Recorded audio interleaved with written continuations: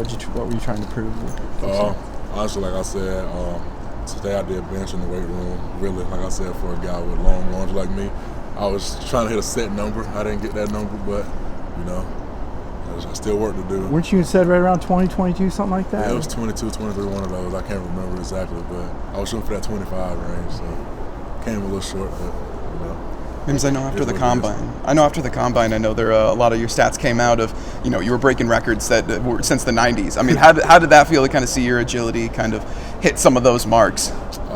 It was just kind of wild. Like I said, just the whole combine experience period. Just like I said, as a kid, that's something I grew up, wanting to go and wanting to do as a young kid. And then just like being there and running pretty good and then testing pretty well, it just kind of overwhelmed me a little bit. I'm like, dang, like I said, 6 years old, I can remember like, okay, I want to go to the NFL, and it's coming. Like that dream's like hopefully coming true. So when you look to, you go ahead.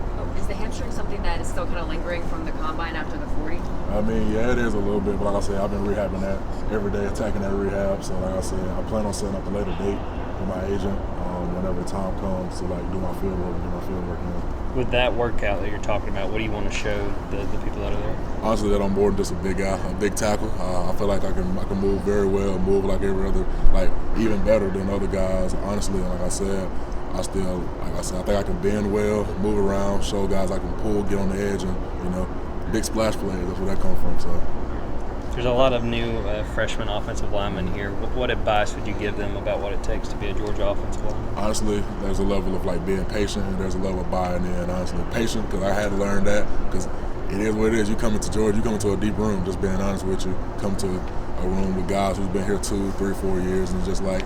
You can either, buy into the program, learn, get in the playbook, learn from the older guys, or, it's gonna be a hard, long year, honestly. So, like I said, as long as they buy in, listen to coach, listen to the guys around them, they'll be good. Speaking of those guys that have been there for a long time, I mean, Truss coming back, Ratledge coming back. How big is that for that unit, and how important is it to have those veteran leaders in there? It's definitely important just because they were like very key leaders for the past 2 years since I've been here. Like I said, been playing. Like I said, those guys definitely going to be the leaders of that room. So, like I said, for the young guys, I think they need to get around them as much as possible and learn as much as they can, soak up that information that Tate and Truss will provide for them. So, as long as they do that, they'll be good. Amarius, people's knock on you is that you started 8 or 9 games. Just what would your response to that be? Honestly, like I said, I know my sample size of starts and, snaps isn't as great as everybody else's, but I'm fortunate enough to go to the best university in the nation where they prepare me on and off the field. So I feel like that'll help. And then too, like I said, my maturity level is, like I said, increased day by day. So like I said, there's still talks about it. I really don't really listen to it anymore. It's just more of like, I know what I want in life at the next level, and it's just I know I got to work to get that. So they can go off the stars and all that good stuff. But that doesn't really matter to me. So you talk to Broderick, or who do you talk to in the league? Broderick and Darnell the most. Talked to both of those guys a couple days ago. So. And what do they tell you as far as the transition? Really, this is just a long process. Like I said, take it day by day. Don't get ahead of yourself. It's going to be long meetings, a lot of interviews, and all that good stuff. So, like I said, put your best foot forward and every day attack it. You smile a lot in your interviews. I don't think it's just media training. You seem to really enjoy what you're doing right now. Can you talk about that? I'm blessed, man. Like I said, I'm a friend of you guys. I'm at the Georgia Pro Day. I got a lot to be thankful for, so why not smile? Were you super happy with your 5.07.40 the first time? Did you impress yourself? I ain't going to say super happy because I know I can run faster than that. Mm-hmm. My 10-yard split is what got me. On my start, I knew exactly what I did wrong. I got the information. I ran 5.07. I called my agent immediately. I told him what I did wrong before he even said a word. He was like, yep, we can run again. I'm like, okay, that's what we're going to do. You're going to run in April then at the next building? I don't know. A lot of teams tell me I was like the 5.0 is pretty good, so I might stay there. What was the goal though that you were like you said? I wanted to break that 4.9 bad, and I was like, I know I can. It's just that 10-yard split. That 10-yard start got me a little bit. How much did playing against guys like Trayvon Walker, Jalen Carter in practice, something maybe NFL teams don't get to see all the time, help you as you get ready to go play out? It helped a lot because, like I said, those guys, like I said, highly touted guys. Like I said, they're doing very well in the league right now. But like I said, going against those guys definitely prepared me because I remember coming in freshman year, man, practice was miserable. They made my life very miserable freshman year just going against those guys. So I'm very thankful for you know, what they did for me, whether that's like make me become a better O-lineman in practice. And then, like I said, just talking to them, like in my off time, what can I do better? What do you see from me in my sets? Like how do you like see me as a tackle and all that good stuff? Like basically just getting little nuggets, like how I can perfect my craft and how I can like learn off them too. You said you talked to Broderick and Darnell the most. Obviously, the Steelers are one that you've been mocked to. Coach Tomlin was here today. What would it mean to go play with those two guys again? It'll mean a lot, like I said. Just reuniting with the Georgia guys again. Guys like, you know, Darnell, of course, Broderick and George, just like I said. We got a bond, you know what I'm saying? It'll be great spending however much time I can possibly with them, however long I will be there. So that'll be definitely nice.